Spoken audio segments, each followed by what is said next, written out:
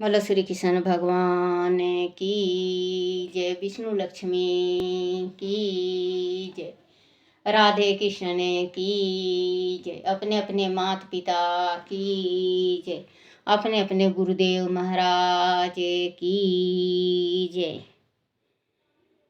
महाराज पिथु द्वारा 100 भागवत पुराण की जय। भागवत पुराण में 19वां अध्याय महाराज पिथु द्वारा 100 अश्वमेघ यज्ञ। श्री मंत्रे जी ने कहा, विदुर जी, ब्रह्मवर्त क्षेत्र में सरस्वती नदी के तट पर महाराज पृथ्वी पिथु ने 100 अश्वमेधा यज्ञ किए थे। इससे इंद्र के मन में खलबली मच गई कि महाराज पिथु कहीं मेरे इंद्रासन पर अधिकार न कर लें। पिथु का यज्ञ महोत्सव उसे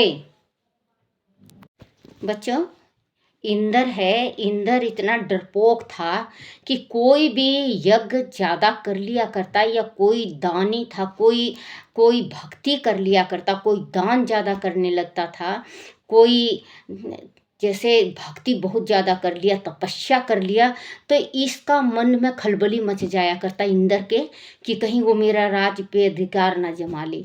क्योंकि कहते हैं ना, जिसे राजपाट का मोह होता है, ये हमें भी आए, मृत्यु लोक में भी है, जिसको अपने गृहस्थी में और अपने रुपए पैसे से ममता होता है, बहुत ज़्यादा मोह होता है, उसका बच्चों प्राण बहुत मुश्किल से छूटता है। इस शरीर से प्राण जो है ना, बहुत मुश्किल से छूटता है, और उसको फिर 84 का गोता लगाना पड़ता है। जब भी कहते हैं कि यहाँ पे कुछ नहीं है हमारा, कुछ भी नहीं, मेरा मेरा मेरा मेरा मेरा। कृष्ण भगवान कहते हैं कि मूर्ख बंदे, तू कहता है मेरा मेरा, क्या है तेरा? सब कुछ मैं, कि सब कुछ मैं और मैं हूँ। तो वही ये इंद्र, ये पिथु यज्ञ 100 यज्ञ किए, तो ये इन्होंने इंद्र के मन में घबराहट हो गई कि कहीं ये हमारा राजपाट लूट ना ले और मैं अपने राज से नीचे ना उतर जाऊं। तो इस वजह से ये इनका या तो घोड़ा चुराएगा, बच्चों आगे पता चलेगा, या तो घोड़ा चुराएंगे या कुछ ना कुछ विघन जरूर डालेंगे, क्योंकि ये घबराते हैं तो कुछ ना कुछ जरूर करते हैं। तो वही कहते हैं बच्चों कि इस संसार में रहना हो तो भगवान में मैं लगाओ। कहते हैं ना, भगवान में मैं हो जाऊं। हम भी कहते हैं ना, आप भी कहते होंगे, आप बुजुर्ग होंगे तो आप भी कहते होंगे बच्चों, भाई बहनों, मेरी उम्र के आप भी यही सोचते होंगे कि भगवान में मैं हो जाऊं। तो मैं तो सोचती हूँ बच्चों, तो वही बेटा, अपन को इस संसार में देखो, अब मैं भागवत कर रही हूँ, कोई पता नहीं है कि मैं भागवत करते करते मालूम नहीं कल मैं आपको भागवत सुना सकूं या नहीं। क्योंकि ये एक पानी का बुलबुला होता है बच्चों, पानी का बुलबुला हुआ और फूट गया तो फिर बाद में वो बुलबुला नहीं बनता। शरीर में वैसे ही अपने आत्मा है, आत्मा निकल गया तो कुछ ये मिट्टी हो गई। आत्मा के निकलने के बाद 24 घंटा से अधिक रख लो तो अकड़ जाएगा, बदबू हो जाएगी। इसमें प्राण है, जब तक हमारे शरीर में खुशबू है, और इस प्राण को निकलते ही इस शरीर से खुशबू बिल्कुल गायब हो जाता है। तो वही कहते हैं बच्चों, अगर आप मैं हो तो भगवान में मैं करो। भगवान में अगर आप मैं करते हो कि भगवान मेरा, देखना भगवान आपके हो जाएंगे। क्योंकि अगर हम ये कहते हैं ना, कोई गांठ बना के रखता है पैसे का, रखो, बुढ़ापा के वास्ते रखो, दान पुण्य के वास्ते रखो, वो नहीं। लेकिन इतना मत चिपक जाओ कि आप भूखे मर जाओ और उस पैसे को निकालो मत। उस पैसे का क्या फायदा? आप भूखे मर गए, वो पैसा और कोई बरतेगा। आप कमा रहे हो, आप धरती में चिनवा दिए, पैसे को दीवारों में चिनवा दिए, आपने कहीं पे भी रख दिया, आपने बैंक बैलेंस बना ली, और आप भूख से तड़प रहे हो। उस पैसे का क्या मकसद, क्या मतलब, जब वो पैसा हमारे काम ही नहीं आएगा। पैसा है खाने पीने के वास्ते हैं, दान के वास्ते है, पुण्य के वास्ते है, दया धर्म के वास्ते हैं। गरीब को दो, जैसे हमारे जैसे कोई गरीब हो तो आप सहारा लगा दो। पहले बीच में भी कहा था मैंने कि हमारी गाड़ी एक गाड़ी का सहारा था। देखो बच्चों, पहले मैंने कहा था आप लोगों से कि मेरी गाड़ी की चोरी हो गई। अच्छा, चोरी हो गई, गुजारा तो हो रहा है बच्चों हमारा। देखो माता रानी ने, भगवान ने, कृष्ण भगवान ने, भोलेनाथ ने गुजारा हमारा कर रखा है। लेकिन गाड़ी थी तो और बात थी। तो ऐसे बंदे को आप दो जो आशीष दे। जैसे अब हम गरीब हैं बच्चों। अब मैं ये सोचती, देखो बच्चों, कोई आप दौलत दोगे जब भी मैं अमीर नहीं होंगी। आप अगर सुनते हो तो अगर आपने ये सुन रहे हो और आपको थोड़ा भी अच्छा लगा बच्चों, मान लो थोड़ा सा भी अच्छा लगता है मेरा ये पढ़ा हुआ, क्योंकि मैं देखो बच्चों बिल्कुल अंगूठा छाप हूँ। अगर भगवान कभी करा और मेरा ये आप लोग ऊपर करोगे इसको, ये क्या कहते हैं, देखो बच्चों इतना बोलना नहीं आता मुझे। ये जो पढ़ती हूँ किस में डालती हूँ ये मैं, देखो बच्चों याद पड़ेगा तो मैं बताऊंगी। तो ये यूट्यूब में डालती हूँ। तो यूट्यूब वाले अगर मुझे आगे, जैसे यूट्यूबर बनूंगी तो आपको खुद ही पता चल जाएगा कि दादी कितनी अमीर और कितनी गरीब है। दिल बहुत बड़ा है बच्चों। दिल से अमीर होता है इंसान, दौलत से नहीं होता। आज दौलत है आपके पास, ये मत सोचो कि आपका दिल नहीं है तो दौलत कुछ किसी काम का नहीं है। आपके पास दौलत किसी के काम नहीं आती, अपने काम आते हैं बच्चों। आप दौलत देके कभी अपनों को ठुकराना मत। अपने जो गले लगा लेंगे वो दूसरा बंदा कोई गले नहीं लगा सकता, क्योंकि अपने अपने होते हैं। ये नहीं कि आपकी बहन गरीब है और आप अमीर हो गए तो अपनी बहन को त्याग दिया। आपकी बेटी गरीब है और आप अमीर हैं तो आप अपनी बेटी की तरफ ध्यान ना दिया। आपका भाई गरीब है और आप अमीर हैं तो आपने अपने भाई की तरफ नहीं आप हाथ बढ़ाओ।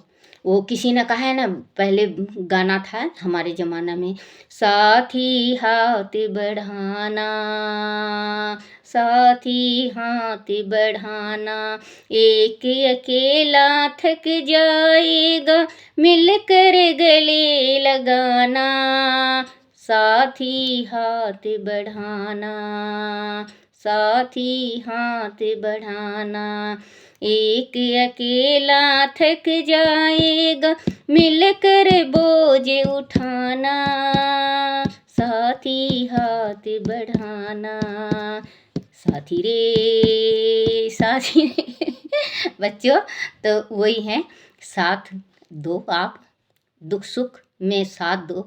पैसे पैसे नहीं होते बच्चों। अगर आप प्यार से भी बोलते हो तो बच्चों बहुत दुख हल्का हो जाता है। क्योंकि बच्चों देखो, हमारे शर्मा जी के पाने जाने के बाद मैं डिप्रेशन में, बहुत ज़्यादा डिप्रेशन में आ गई थी। डॉक्टरों ने भी यही कहा था कि डिप्रेशन में जा रहे हो आप, गंगा नहाया हो, आप तीर्थ नहाया हो। बच्चों आज मैं अपने दिल की बता रही हूँ, इतना गुंजाइश मेरे पास था नहीं कि जो मैं हरिद्वार या काशी जी में और कहीं जाऊँ। तो मैंने एक दिन बैठे बैठे अचानक मैं सोची कि क्यों ना मैं भागवत और शिव पुराण, दुनिया क्या क्या चीज़ डालती हैं बेटे, भगवान जाने कैसे कैसे डालती हैं, डालने दो, उनकी उनकी इच्छा। मैं सोची कि मैं जैसे टेढ़ा मेढ़ा जैसे भी मुझे पढ़ना आता है मैं आप लोगों के साथ शेयर करूँ। और बच्चों आज आप लोगों को यकीन नहीं होगा, डॉक्टर भी अचंभा करता है कि कहाँ कौन सी जड़ी बूटी लेने लगे आप।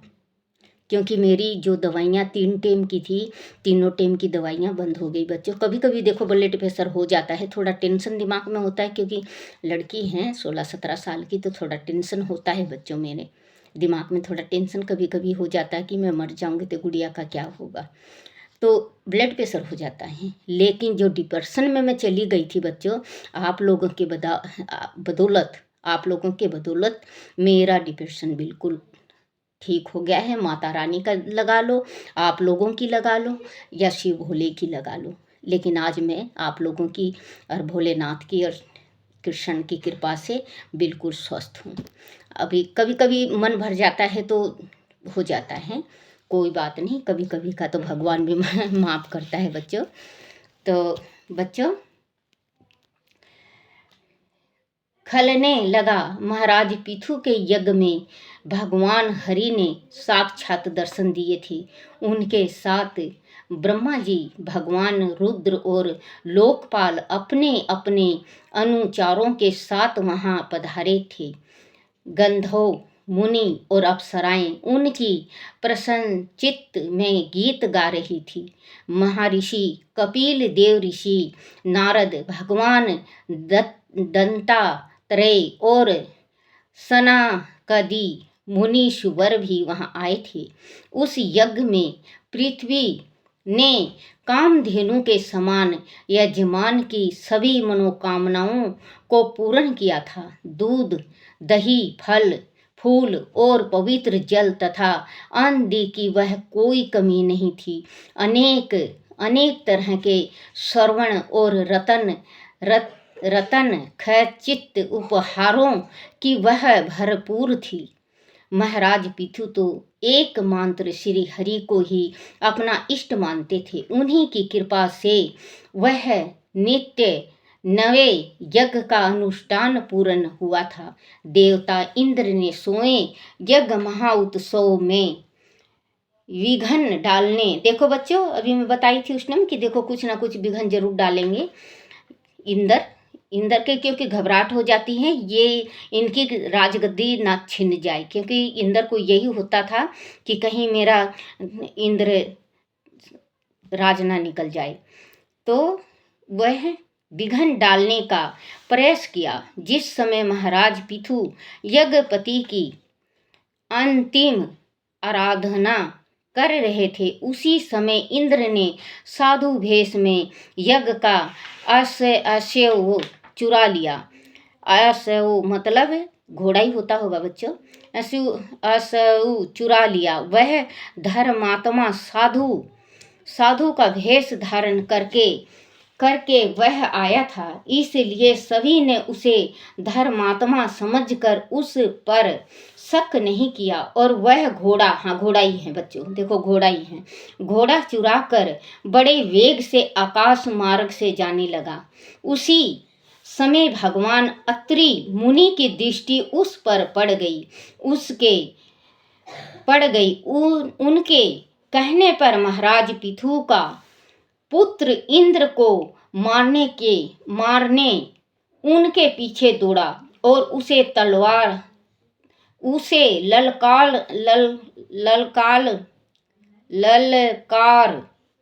ललकारा, अरे खड़ा रह दुष्ट, तू मुझसे युद्ध किए बिना यज्ञ का अश्व नहीं ले जा सकता।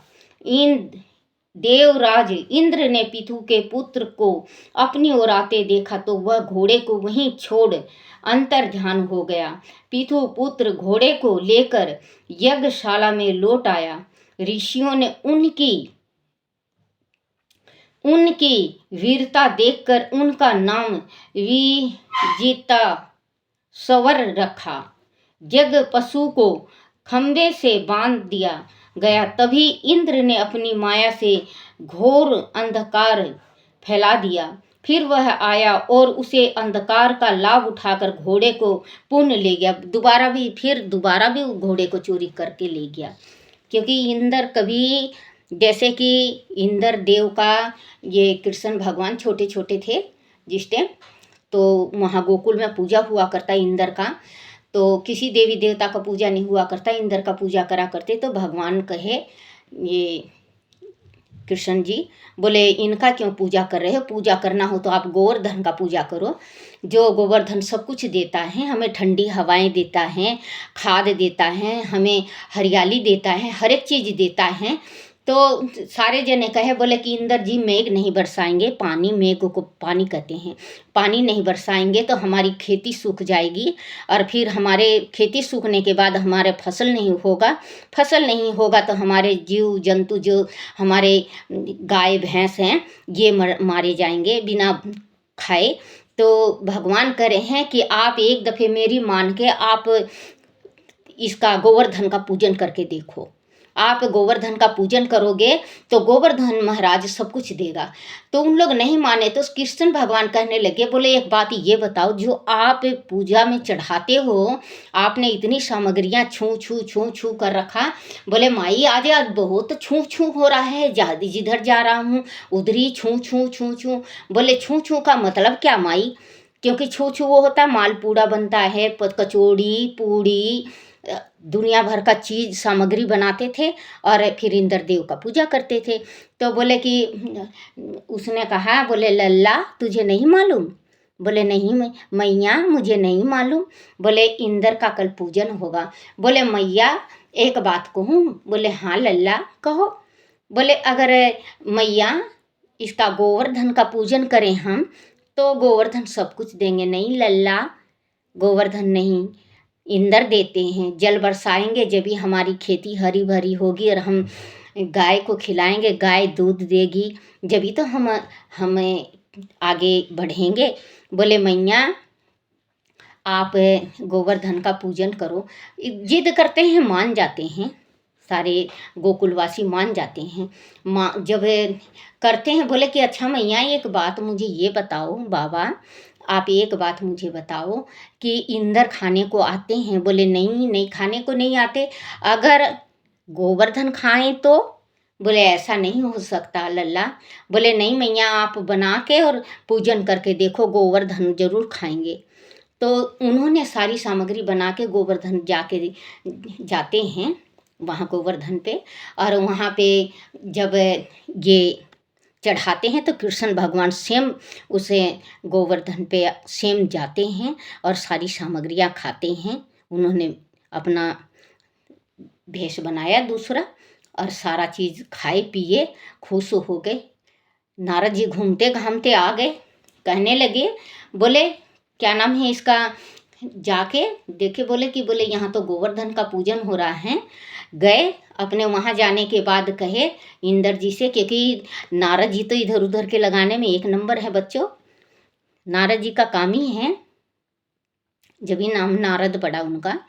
तो जाके कहे इंद्र से, बोले कि इंद्र, बोले तुम्हें क्या मालूम, वो तो पूजन दूसरा देवता का कर लिए। बोले कौन सा देवता का कर लिए? इंद्र जी कहे, तो कहे बोले वो तो गोवर्धन का पूजन कर रहे हैं आज। बोले अच्छा, वो भेजे, बोले जाके पता करके आओ। देखे उन लोग आके नीचे, जो उनके दूत आए थे, तो कहे बोले हाँ ये बात सही। तो इंद्र ने बच्चों इतनी बारिश की बहुत ज़्यादा, सारा परले हो गया। जिस टाइम सारी बहने लगी गौएँ और वहाँ के घर सारे बहने लगे। अब तो पक्का का घर होता है ना, पहले कच्चा का घर होता था बच्चों। तो इससे कहे, बोले कि लल्ला अब क्या होगा? बोले मैया तू टेंशन ना ले, जैसे हमें गोवर्धन भोग लगाए हैं वैसे गोवर्धन ही हमें जीवन दान देंगे। बोले अच्छा लल्ला। इन्होंने 14 कोस का गोवर्धन अपनी चिटकी उंगली में उठाया कृष्ण भगवान ने, और बच्चों उस गोवर्धन को उठा के कृष्ण भगवान खड़े हुए। तो खड़े हुए तो सारे जितने ग्वाल बाल थे सारे उसके अंदर आ गए, और आने के बाद इंद्र तो अपना रूप दिखाया। देखो बच्चों, भगवान होता है, हमसे गलती होती है, भगवान सपने में हमें दिख जाते हैं कि बच्चा तुमसे ये गलती हुई है। कैसे भी सपने में उलट पुलट करके सपना हमें दिखाई दे जाता है कि ये गलती हो गई है। लेकिन इंद्र तो बस अपना राज में और क्रोध में मगन, वो तो इतना बारिश बरसाया, बहुत बरसाया, लेकिन कुछ भी गोवर्धन का एक बाल भी बाका नहीं हो सका। लास्ट में उसने आके देखा तो कृष्ण भगवान स्वयं भगवान हैं। वो समझ गए कि भगवान हैं, अपनी गलती पे पछताए और माफ़ी मांगे। जब से गोवर्धन की पूजन होने लगी। तो बच्चों अगर मन सच्चा करके हम किसी भी देवता का याद करते हैं और मनाते हैं और पूजा करते हैं, वो देवता हमें अच्छाई के वास्ते बताता है। तो ये वही कहते हैं बच्चों कि ये इंद्र तो हमेशा छल में थे, क्योंकि इनका घोड़ा दोबारा से भी उठा ले गए। अंधकार कर लाभ उठाकर घोड़े को पूर्ण ले गए। अत्रि मुनि ने फिर उसे आकाश मार्ग से जाते हुए देखा। पितु पुत्र ने इस बार धनुष धनुष पर बाण चढ़ाकर उसकी ओर छोड़ा तो इंद्र घोड़े को छोड़कर फिर से अंतर्ध्यान हो गए। इस बार भी विजिता सौ घोड़े को लेकर यज्ञशाला में लौट आया। उस समय इंद्र ने यज्ञ विघ्न डाल रहे हैं कि यह यज्ञ इनका पूरा ना हो। असौ को चुराने के लिए अनेक बार जो पखंडी रूप धारण किए सभी पखंड कहलाए। लोग प्रिय इन रूपों में अशक्त होकर अपने स्वार्थ कर बैठते हैं। देखो बच्चों, इसमें देखें अपने एक घमंड इंसान को ले डूबता है, बैठते हैं और अनर्थ कर बैठते हैं। जब महाराज पिथु को इंद्र के इस पखंड का पता चला तो उन्होंने बड़ा क्रोध आया। वह उसे मारने के लिए तैयार हुए, किंतु मुनियों ने उसे रोक लिया और अपने तेज से आह्वान करके इंद्र को वहीं यज्ञशाला में बुला लिया। तब आह्वान का मतलब आह्वान जी पलटता नहीं बच्चों, मतलब बुलाना, मंत्र से बुलाना। जैसे देवी देवता का हम पूजा करते हैं ना, तो कहते हैं भगवान आ जाओ, आपका जल चढ़ा रही हूँ मैं, आप जल अपना ग्रहण लो, शिव शंकर भगवान। तो जैसे घर में पूजन करते हैं, क्योंकि मंदिर में तो भगवान स्वयं बैठे हुए होते हैं। अपने घर में अगर आपने छोटा सा शंकर भगवान की मूर्ति रखी है या लड्डू गोपाल को, तो जरूर भगवान को एक दफ़े बुला के आप उसको नहलाया करो। उन्हें रोक लिया और अपने तेज से आवाहन करके इंद्र को वहीं यज्ञशाला में बुला लिया। तब ब्रह्मा जी ने इंद्र के लिए कहा कि यह तो भगवान का ही रूप है, इस दंड देना उचित नहीं है।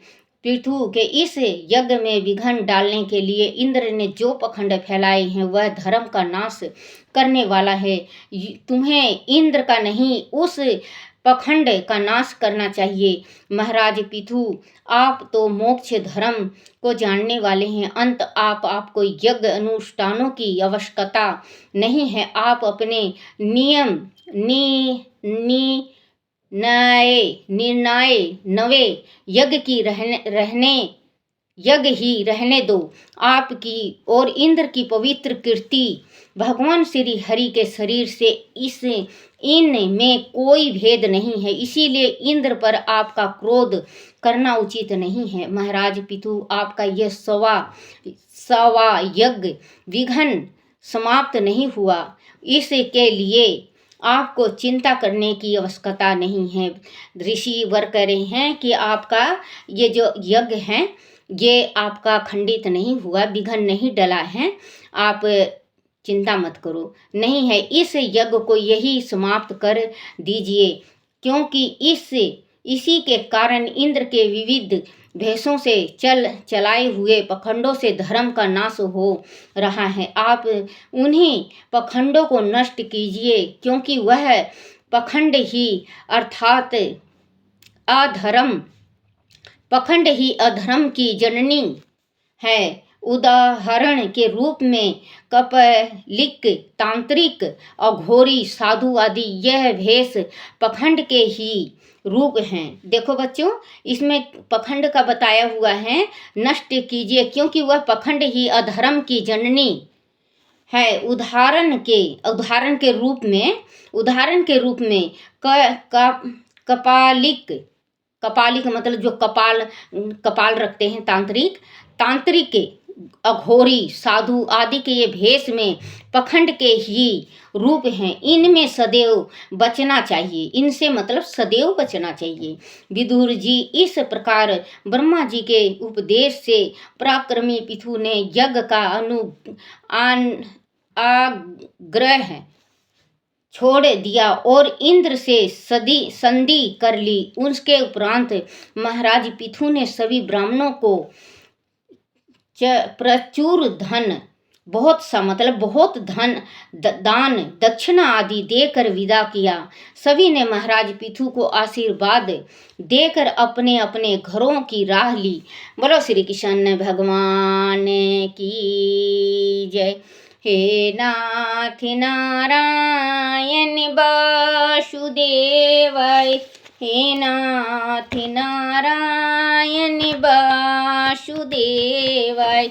श्री कृष्ण गोविंद हरे मुरारी। हे नाथ नारायण वासुदेवाय। बोलो श्री कृष्ण भगवान की जय। बोलो लक्ष्मी विष्णु की जय। अपने अपने माता पिता की जय। अपने अपने गुरुदेव महाराज की जय। भागवत पुराण की जय। हे मेरे भागवत पुराण, हे मेरे श्री कृष्ण, हे मेरे राधे कृष्ण, सबका भला करना, सबका भला करना।